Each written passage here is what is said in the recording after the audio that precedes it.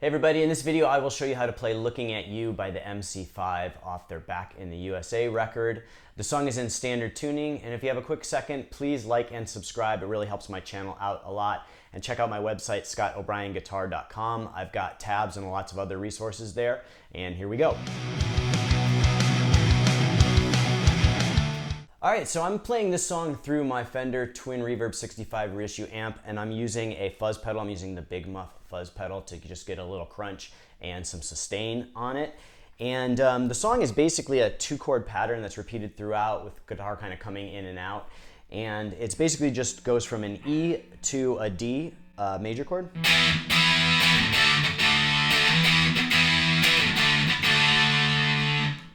So I like to play it, the bar chord, with my index finger bridged across the 7th fret, this is for the E, and my ring finger bridged across the 9th fret of the D, G, and B strings.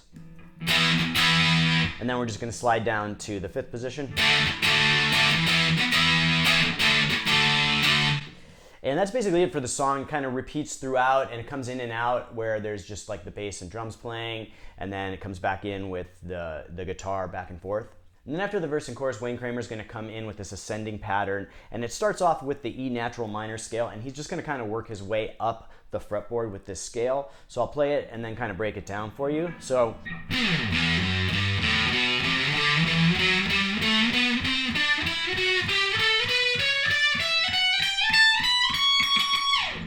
and so that's about halfway through the solo. We'll stop there. So basically, we are playing again the E natural minor scale, and from the videos that I've seen where they played live, Wayne Kramer likes to walk most of the scale up the A string. So we're going to start off on the E string with like a little slide, and then we're going to play 3 notes. And then instead of continuing the scale kind of across the fretboard, he's going to kind of work it up. So we're going to go. And it helps if you kind of think of it in 4-note patterns. So like 1, 2, 3, 4, 1, 2, 3, 4 as you're walking up the scale. So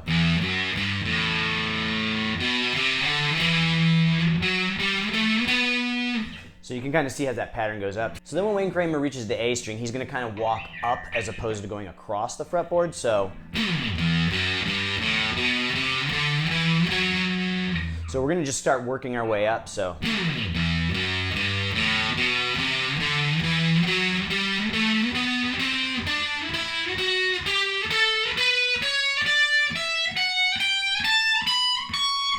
all the way until we get to the 21st fret of the high E string. So I'll do it slowly and you can kind of follow along with the tab. So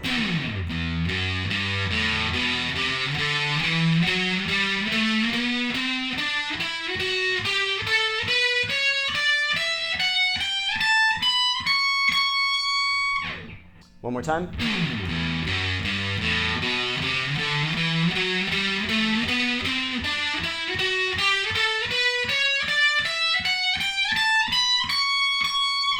And then once we get up to the high E, the 21st fret, we're going to do this descending pattern back down. So slowly we're going to play.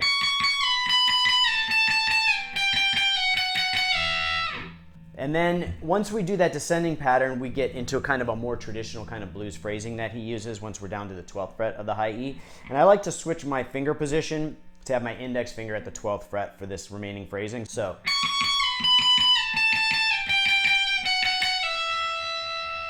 and then the remaining phrasing goes like this.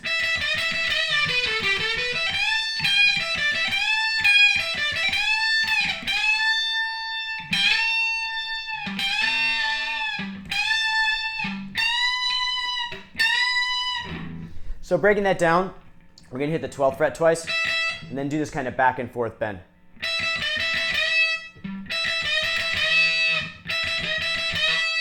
And then we're going to do this kind of descending pattern. So slowly. And then we're going to do those kind of high bends. So slowly the rest of that part.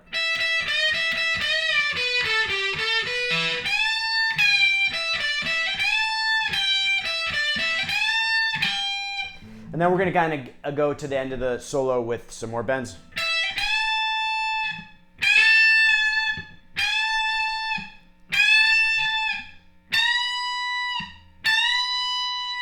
kind of lets off with his hand. So that whole solo slowly goes.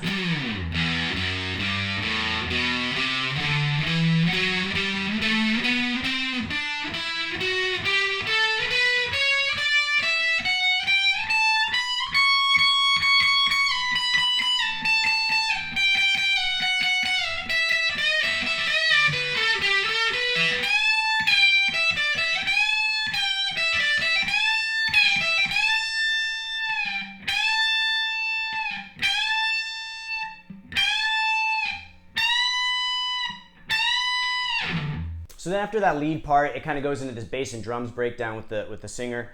And Wayne Kramer's going to kind of do like some like ad-lib type stuff over the top. Like he's going to have some feedback going, and then he's going to play, which is basically just a D to an E chord. And then as the song goes on, Wayne Kramer's going to kind of do this more ad-lib style lead as the song ends. And I'm not going to go through that note for note because it's kind of long, but I'll show you a couple of the main themes that he's playing. So it kind of starts off with this. So he's just going to kind of hit, to start off, this double note, double stop at the 12th fret of the B or the G and B strings, and then a bend at the 14th fret of the G string. And then he goes to these kind of Chuck Berry style bends with his index finger at the 12th fret of the high E and ring finger at the 15th fret of the B, just back and forth. So slowly it's just.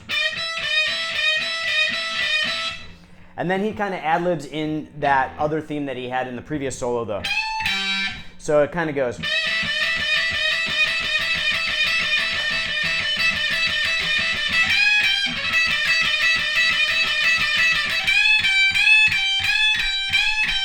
So you're basically just doing that Chuck Berry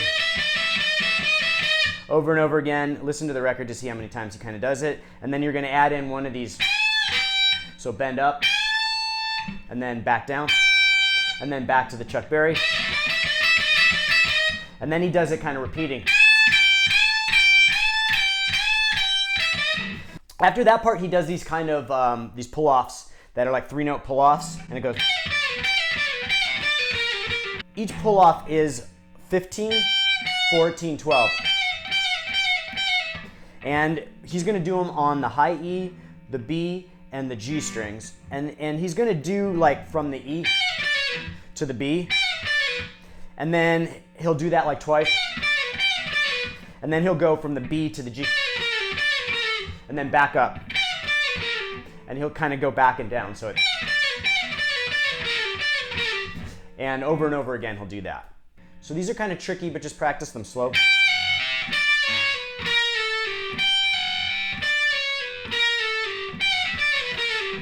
And then he kind of does some more ad-lib in the E minor and minor pentatonic. And then at the very end, there's this cool phrasing that's kind of very memorable that goes. So we're just going to bend up and down at the 15th fret of the B string. And then go 12th fret of the B and G. And then 14th fret of the D. And it kind of fades out. So that's it for this one. I hope you liked the video. If you appreciate this content, please like and subscribe. It helps my channel out a lot. And check out my website, scottobryanguitar.com, for lots of tab and other resources. And I'll see you guys next time.